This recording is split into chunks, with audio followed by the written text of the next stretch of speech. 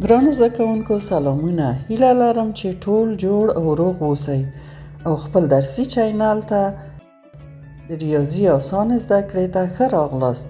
هیله لرم چې خپل درسونه لایک کړئ، کومنټ راته ولیکئ او د نورو ملګرو سره یې هم شریک کړئ او سبسکرایب هم مه هیروئ ترڅو ټول درسونه ولیدای شئ. نن به بیا هم خپل نوی درس پیل کړو په بسم الله الرحمن الرحیم.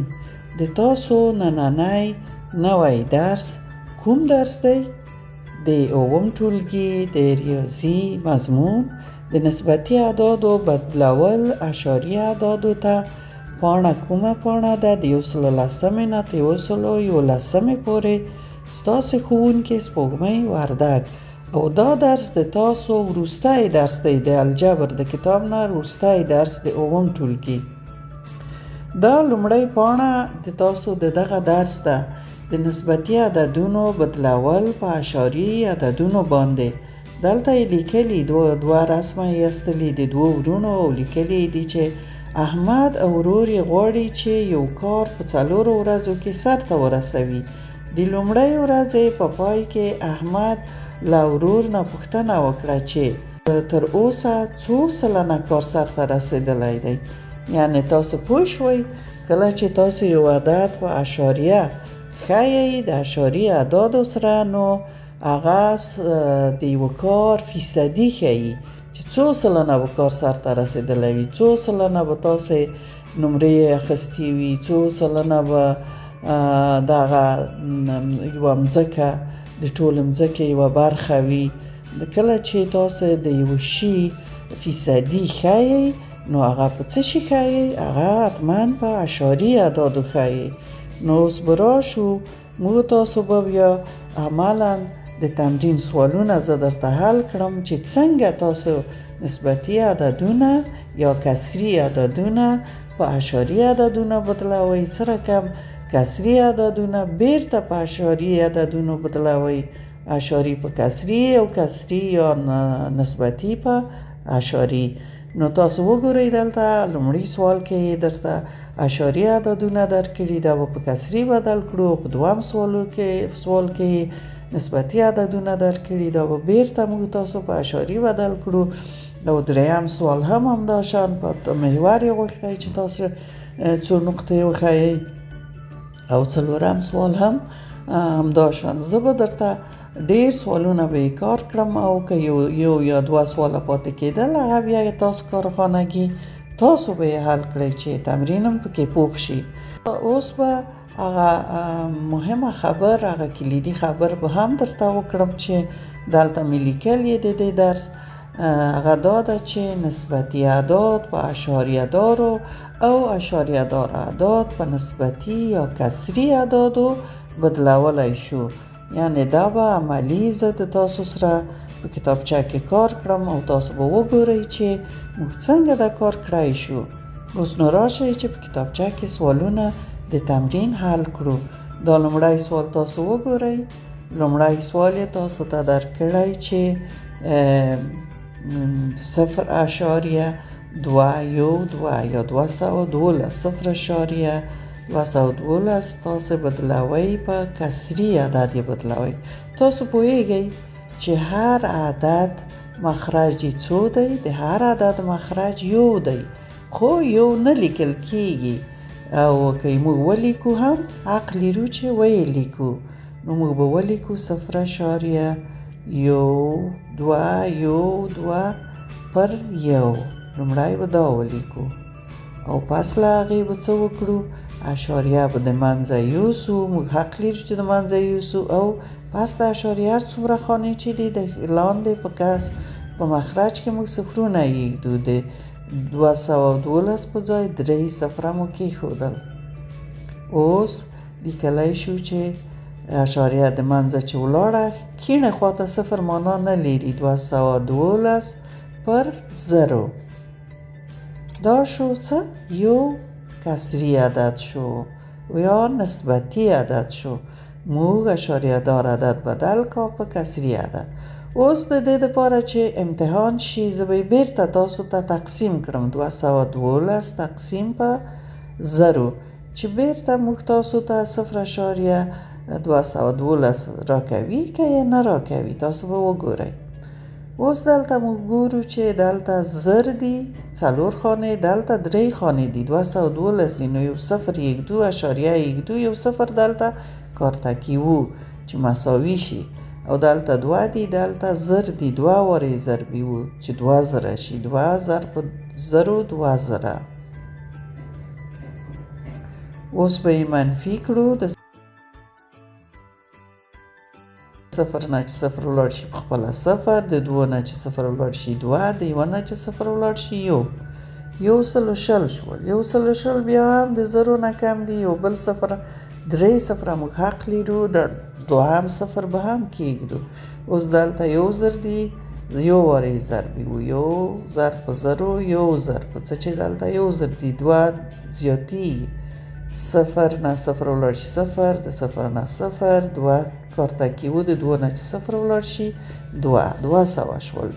0 لیرو اشاریه لیرو او بل 0 هم حق لیرو، دلته 2 زره شول، نو 2 وارې ضربي وو، 2 ضرب په 0 2 زره، 2 ضرب په 0 2 زره.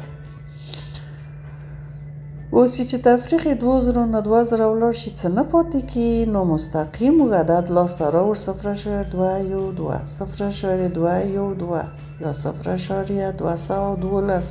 وملیدل چې موږ سوال امتحان هم کړ چې موږ سوال صحیح دی. خدای دې وکړه چې تاسو زده شوی وي. اوس به راشو دوهم سوال ته، د اول سوال دوهم جز ته به راشو. په دوهم جز کې 15.215 یا 15.215 دا به بیا هم ولیکو پر یو، څنګه چې موږ لیکلی شو په صورت کې 15.215. اوس به اشاریه د منځه ویسو کت. مخکې سوال 3 خانې پس د اشاریه نه دي، 3 0 به کېږدئ. په صورت کې موږ لاسته راغلل 15,215 پر 0.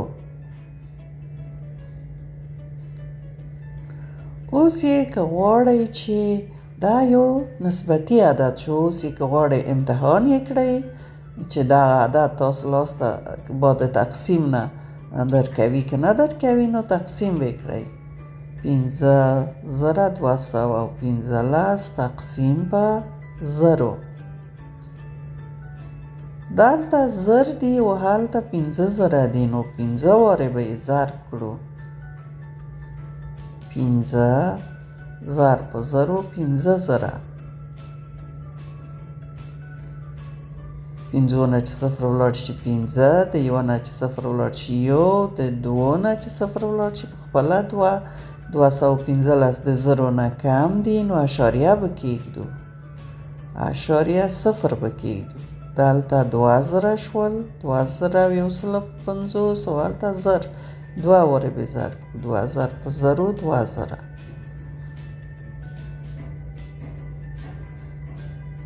اوس به منفي کړو، 0 نه 0 ولاړ 0، 5 نه 0 5 1 1. اوس بیا 150 شول، 1 0 بیا حق لرو یږدو یې، دلته زر دي هلته هم زر دي، یو ځلې 1 زر زر، بیا به یې چې منفي کړو 0 0 5 به قطع کړو، 500 شول، بل 1 0 حق لرو 0 یږدو، 15 زره شول، 15 ځلې به ضرب کړو چې 15 زره شي. 15 ضرب په 0 15 زره. 50 زرو نه چې 15 زره ولاړ شي څه نه پاتې کېږي، پوره تقسیم شو، نو 15.215 د هغه دید معلومه شوه چې موږ تاسو سوال صحیح و، موږ صحیح حل کړی. خدای دې وکړي چې ګرانو زده کوونکو سوالونه مو آسانه دي چې زده هم شي. اوس دوهم سوال یې کسري درکړی، موږ تاسو یې په څه بدلی وو؟ دوهم سوال کسری په اشاریه بدلی 2410 په 10,000 مساوي کی په موږ تاسو څه کړو موږ تاسې 2400 اول صفرونه د منځه وړو 241 لیکو د صفرو په اندازه د ښي نه کیڼې خواته اشاریه بېلوئ 3 صفره دي دلته اشاریه بېلوئ 0.241 یا 241 د تاسو عدد په اشاري بدل شو اوس که غواړئ امتحان یې کړئ چې سم صحیح مل کړئ که نه بیرته دا په کسري سوال بدلوئ که مخکې هر عدد مخرج یو دی اشاریه د منځه وړئ اشاریه هم کله چې د منځه یوړه څو صفره یږدئ 3 صفره 241 پر 0 241 پر 0 د تاسو خپل عدد دی هغه دي تاسو ولیدل چې تاسو سوال صحیح حل کړئ 241 پر 0 ډېر ښه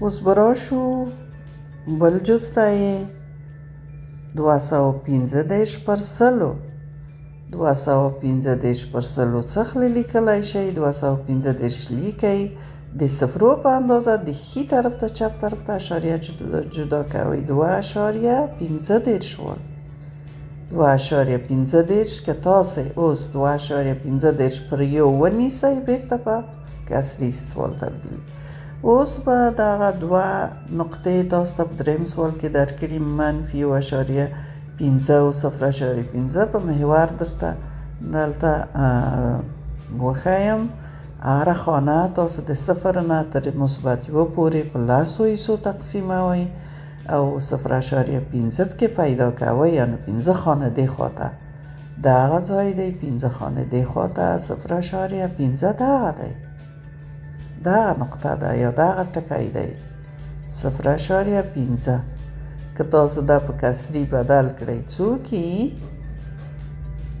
15 پر لسو کیږي یوه خانه اشاریه ده 1.15 2.15 1 پر 2 یعنی نیم 1 پر 2 څو دی نیم دی نیم یعنی نیمه برخه د یوه واحد نیمه برخه اوس په دغه بله -1.5 به دلته پیدا کړو تاسو پوهیږئ چې هره خانه 10 حصې ده مخکې ما دا سوالونه تاسو ته کار کړي ده -1.5 ده د یوه نه پس مو دغه خانه په څو تقسیموو په 10 خانو یې تقسیموو -1.5 د یوه نه د دوو طرفو ته 15 خانه بیلیوم دا ټکی یا دغه نقطه -1.5 ده خدای دې وکړي چې د یاده مو نه وي وتلي دا سوالونه خو ډېر حل کړي وو اوس به راشو څلورم سوال ته څلورم سوال یو اشاري سوال دی 12.1 په کسري یا نسبتي بدلوو لکه مخکې اول کسر وباسو کسري خط یو په مخرج کې لیکو 12.1 اشاریه د منځه وړو پس د اشاریه نه څو خانه دی یوه خانه 0 لیکو 1 0 په څه چې یوه خانه ده پس د اشاریه نه دلته شول 121 پر لسو سوالم حل شو 121 پر لسو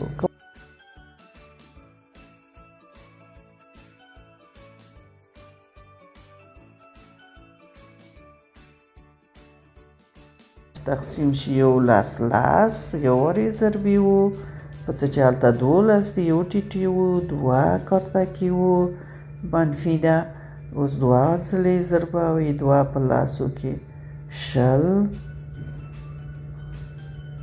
یو نو دا یو منطقي کسر شو 12 یو پر لسو مخکې 121 پر لسو منطقي کسر نه و د دې لپاره چې منطقي کسر شي موږ تاسو څه وکړل تقسیم هم کړ او 12 یو پر لسو یو منطقي کسر دی اوس به یې بل جز درته حل کړم بل جز یې لږ غټ عدد دی 1.390 پر یو یې لیکو. لومړی د هر عدد مخرج یو دی، پس د هغې به اشاریه د منځه ویسو. څو خانې ښي طرف ته دي؟ 4 خانې، 4 دانې صفرونه به کېږدو. 17,304 پر 10,000.